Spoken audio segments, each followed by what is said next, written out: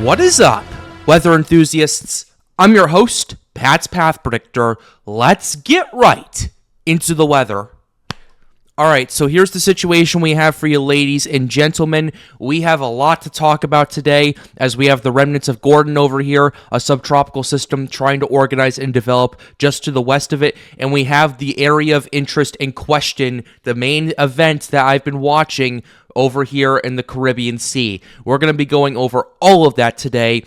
Here on the channel, we're going to be giving you some insight, some details, and what to do, and how you should prepare, and all that stuff. So let's go ahead and jump right into it. We're going to go ahead and start with this area of interest, since this does pose the greatest threat to land, and it now has a 40% chance of formation in the next 7 days. So the chances have effectively doubled since when we recorded it yesterday. So here we go.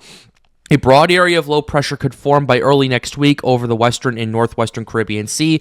Thereafter, gradual development of the system is possible, and a tropical depression could form as the system moves slowly to the north or northwest over the northwestern Caribbean Sea and into the southern Gulf of Mexico through the middle part of next week. 40% chance of formation in the next 7 days. Nothing going on in the next 48 hours. That's the main event, and that's the main thing we're watching as the Central American gyre continues to churn and continues to show signs of life, and then you're going to see a tropical low come off of that, and then things get pretty interesting from there. And that's not the only system we are watching either. We are watching two others right here. First off, the remnants of Gordon. I said this yesterday. I do not think it's going to develop. The NHC obviously doesn't either. But regardless, I am still going to talk about this at least a little bit in terms of talking about what the NHC is tagged. But here we go. An area of disorganized showers and thunderstorms located over the central subtropical Atlantic is associated with the remnants of Gordon. Some development is possible while it moves generally northward over the next several days. 30% chance in the next 7 days. It was at 50% when we last covered it. Now it's down to 30. 20% in the next 48 hours. That's remained the same. So we're going to have to watch it. But like I said, I do not think it's going to develop. I think this is going to be the end of the road for Gordon right here. And then this area of interest right here, we have a subtropical setup going on. An area of low pressure located 750 miles southeast of Bermuda is producing disorganized showers and thunderstorms. Environmental conditions appear only marginally conducive, but some development of the system is possible while it meanders over the open waters of the central or western subtropical Atlantic throughout early next week. 20% chance in the next 7 days, 10% in the next 48 hours. If that system ends up organizing and developing, that will be our H-name storm. That will be Helene, I believe it will be. And then, you know what that means? That means we get the dreaded I-named storm for the orange area of interest over here in the Caribbean Sea and Gulf of Mexico. The I-named storm for this year is Isaac, and this is going to be a very interesting setup and a very interesting thing that we're going to have to pay attention to, because based on what I'm looking at, I'm seeing a lot of models still screaming that this system's going to organize and develop at a very rapid rate, especially as it enters the Gulf of Mexico. So for those of you tuning in on the Gulf Coast, you're absolutely going to want to pay attention to this. Now, I will say this, I do not think the system's going to be making landfall in Texas, because there's going to be some synoptic meteorology that's going to be in play with this, and we will get to that in just a second. But before we get into that, and before we even touch the models, we need to look at satellite analysis. Let's go ahead and take a look at this area over here in the western Caribbean Sea. Let's go ahead and show you that right now. Here's what we're looking at right now. We're seeing convection popcorning all over the place across the Central America, off the coast of Central America, off the coast of Honduras, off the coast of Nicaragua, and we're seeing more convection bursting up over here off the coast of Panama as well. That's your Central American gyre starting to get its act together, starting to organize and develop. There's also accompanied with it a broad area of rotation, a very broad area of rotation, because the Central America gyre itself is a low pressure system, but it's a very broad and very outreaching type of system. It's not something that you're going to see obvious spin off of. You do see a little bit of it, and you do see subtle changes in all that, of course, but ultimately you're not going to see like this big system just boom, rapidly start rotating unless it starts moving and becomes a tropical cyclone. Let's go ahead and go back to 120 frames just to kind of give you a general gist of it. All that convection that happened yesterday did end up kind of folding and dissipating, and then you're starting to see new and more convection that was sustaining itself for a while, and then you had more starting to fire up. This is pretty typical. This is kind of the situation where you have, okay, you're having all this popcorn and convection. Nothing is sustaining yet. And that's, at least for now, a little bit of good news. But the thing is going forward is, once the system gets that orange or yellow or red X, how long is it going to take to develop? That's the main thing I am concerned about. That's the main thing I am going to continue watching, because once it gets that orange X, and once we have some sort of center figured out with this, where the NHC puts it, okay, how long is it going to take for the mid-level circulation to develop, and how long is it going to take for the low-level circulation to get drilled into that as well, and how long is it going to take for the system to get stacked? Pretty much. That's the main thing we're watching, and then that's the main thing we're paying attention to. In terms of everything else, I want to go ahead and show the water vapor imagery, because this is going to be very interesting down the road. You're seeing a lot of moist air in the western half of the Caribbean Sea. All the dry air has been mixed out, and whatever dry air is left is kind of staying over here in the eastern half of the Caribbean Sea. You are seeing a little bit of dry air intrude into the extreme northwestern part of the Caribbean Sea off the Yucatan Strait. All those areas right there, that's expected. That's kind of what's going to be happening. It's not expected to push too much further to the south. Probably will not go further south than Belize and choke this system out. I know I'm sure what a lot of people were hoping for. Unfortunately, that's not going to be the case this time, because you're going to see all this convection firing up, and it's going to end up mixing out all the dry air that's over there. And it's we're seeing a similar situation over here on the eastern part of the Caribbean Sea, where we are seeing a little bit of convection trying to mix out some of the dry air over here, and you're also seeing that dry air getting mixed out on the southwestern side of the Caribbean Sea as well. That's where the gyre is. That's where we need to watch. That's where we need to pay attention to, because yes, the area of interest is technically in the extreme southern Gulf of Mexico and the northwestern Caribbean Sea, but where does this system come from? It comes from the Central American gyre. And I kind of explained this a little bit, but a gyre is a low-pressure system, pretty typical. If you need some explanation, go a little bit further back in the video. I help describe it a little bit. But ultimately, that's the thing we're paying attention to. I also briefly want to take a look at what's going on in the Central Atlantic as well, just for my interest and just for my sake. Let's go ahead and go to 30 frames back. And ultimately, with Gordon, yeah, I don't see much hope of anything happening. That's where it is right now. It's too disorganized, too much bad conditions going on. Where the subtropical system, that is pretty interesting. I will tell you that right now. And if one of these two systems is going to develop, this one has a better chance to do it. So ultimately, what I am looking at and what I am noticing is we do have a lot more spin on this thing. We have a lot more spin on and a lot more rotation on this. If the convection could get more in the center, and we can see an MLC and an LLC drill down and drop, boom, that's your tropical depression. Now, the main thing we need to watch for is, will this end up happening or not? Right now, the outlook isn't very fantastic. The NHC only has a 20% probability of development.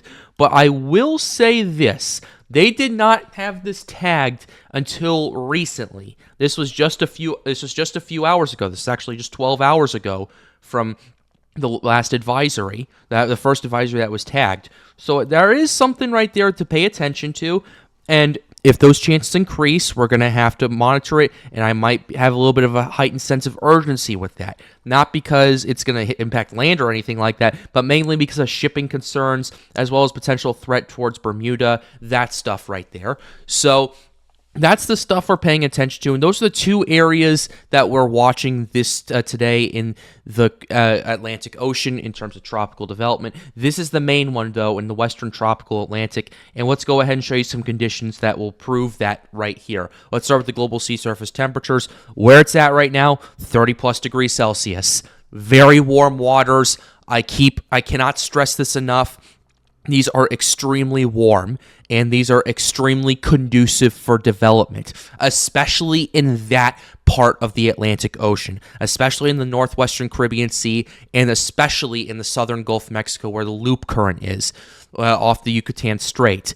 It's going to be pretty interesting to see how this whole system pans out and how this plays out. But ultimately, where this system is going to end up originating is in an area of about 30 to 31 degrees Celsius of waters. That's 86 to 88 degrees Fahrenheit.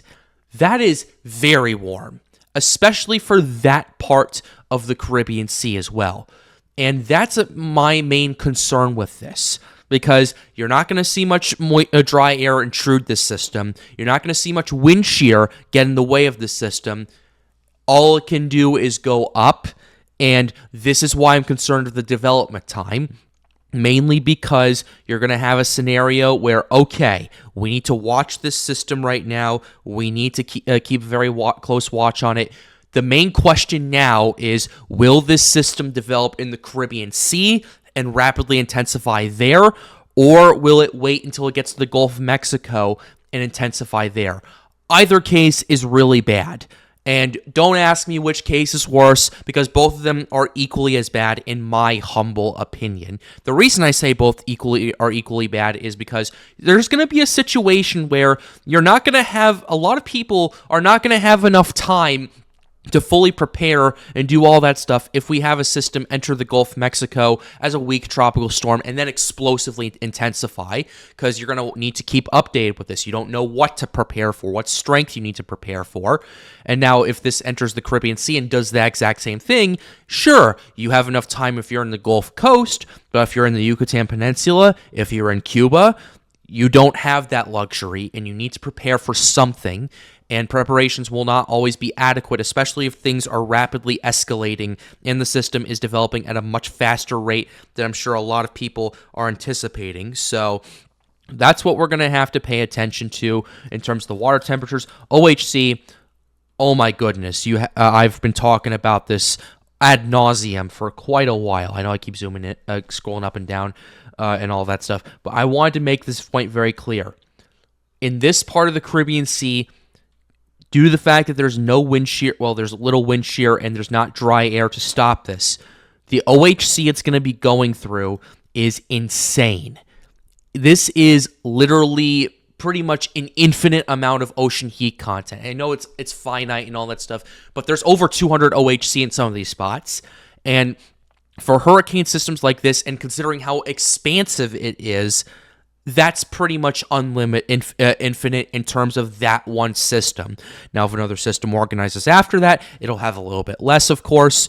But if this system organizes and develops, and if it does it very quickly, and that's my main concern, then you're going to have a situation where we're at over 175, over 200 OHC in a lot of areas in the Gulf of, not just the Gulf of Mexico, but the Caribbean Sea as well.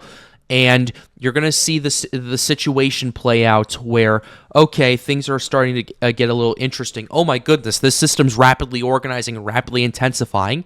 That's just one of many possible scenarios right there. Not saying it's going to happen, but you need to watch out for that, because you're going to have very favorable conditions. You're not going to have any dry air choke it out. You're not going to have any wind shear, which, by the way, yeah, you're not. What wind shear at this current point? Well, to be frank, there is a little bit of wind shear, it's about 20 knots or so right now, and there is some wind shear in the Gulf of Mexico. But if you notice, there is a little bit of a decrease of the wind shear in the extreme eastern part of it right there. It's going to fluctuate. Things are going to take time. But ultimately, what you're going to notice is, and I'm going to go ahead and pull this up on the COD page right here, just to kind of give you some context right here. And I'll go ahead and show you the European, but I'll also show you the GFS as well. But here's what we're noticing with the upper level jet. What we're noticing with that is you do have a ridge building up right now, and you're going to have that for the next few days, especially over here in the Midwest and Texas, all those areas right there. You have a pretty significant ridge building up right here. Things are getting pretty interesting. Then you start to see this bridge breakdown around Monday, and you see a pretty significant trough, a positively tilted trough built in right here. And what this is ultimately going to end up doing is It's going to help weaken the wind shear. It's going to push. It's also going to help push a lot of this wind shear that's currently in the Gulf of Mexico, because where the trough is right now, it's currently especially in the eastern half of the Gulf of Mexico, going into the future cast right here. But when you see this trough starting to dig down and you see the ridge starting to exit, you see a period where you don't have very much wind shear in this part of the Atlantic Ocean, this part of the Gulf of Mexico right there.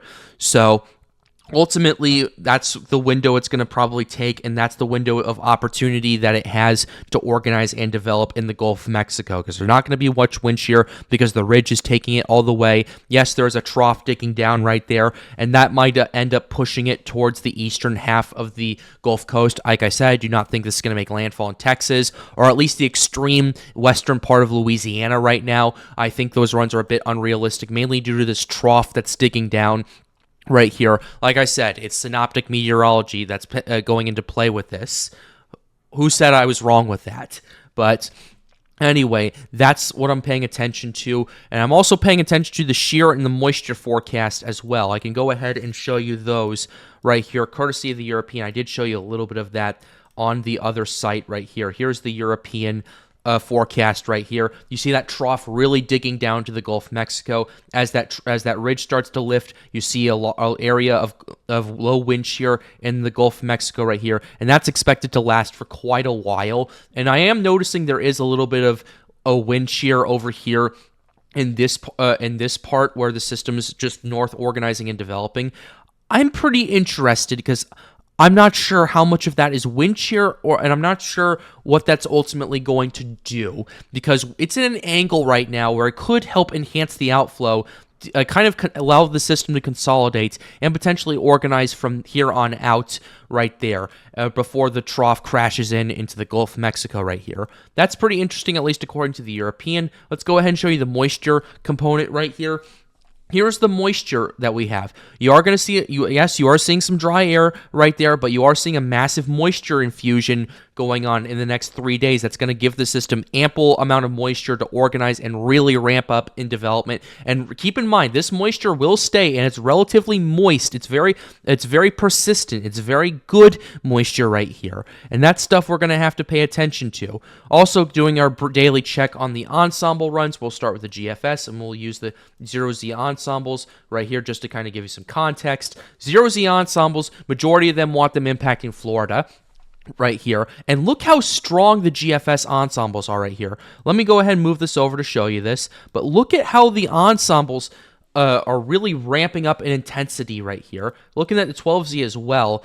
Yeah, things are really ramping up with the intensity. That's the main thing I'm taking away. Now, there is a little bit larger of a spread, and like I said, the eastern half of the Gulf Coast absolutely needs to watch, especially Louisiana, this part of Louisiana, Mississippi, Alabama, Florida, those areas right there. And then you look at the European. Let's go ahead and show you that very quickly. It's going to take a second to pull up. It's a lot more scattered. It's a lot. A lot of them want them going to the Bay of Campeche. So you're having that disagreement with the track of the models, and to some extent the intensity, of course. But that's what we're paying attention to. Let's go ahead and show you the operational runs. GFS operational. Here's the 12Z run. This system organizes and develops, moves through the Yucatan Strait, and then really ramps up in intensity, makes landfall in Florida as a major hurricane, then moves up the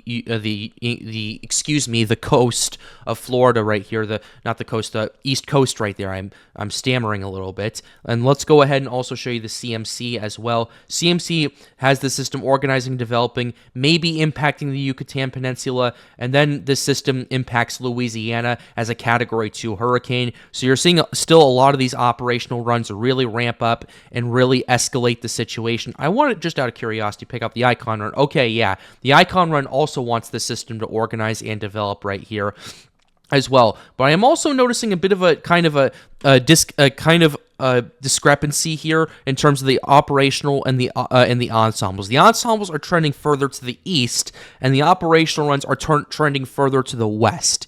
So that's pretty interesting to pay attention to, and that's, of course, something we're going to have to keep you updated here on the Pat's Path Predictor channel as we're getting more data and more information to get you guys the details you can in case you need to prepare and do all that stuff. Right now, just watch what's going on, wait for more information. We all love information, right? So with that being said, we're going to go ahead and close the video out right here. I really hope you enjoyed it. Be sure you leave a like and subscribe to the channel if you are new. It helps us out, helps us get more people engaged with weather. Shout out to Storms United, our Discord server. If you want to come hang out with us and talk tropics with us, be sure to join the Discord server. Link is in the ad screen. Shout out to Daniel as an official sponsor of the Pat's Path Predictor channel. If you want to be an official sponsor and support me directly, be sure to join my Patreon. It's the first link in the description down below. And with that being said, have a wonderful day, guys. Stay safe.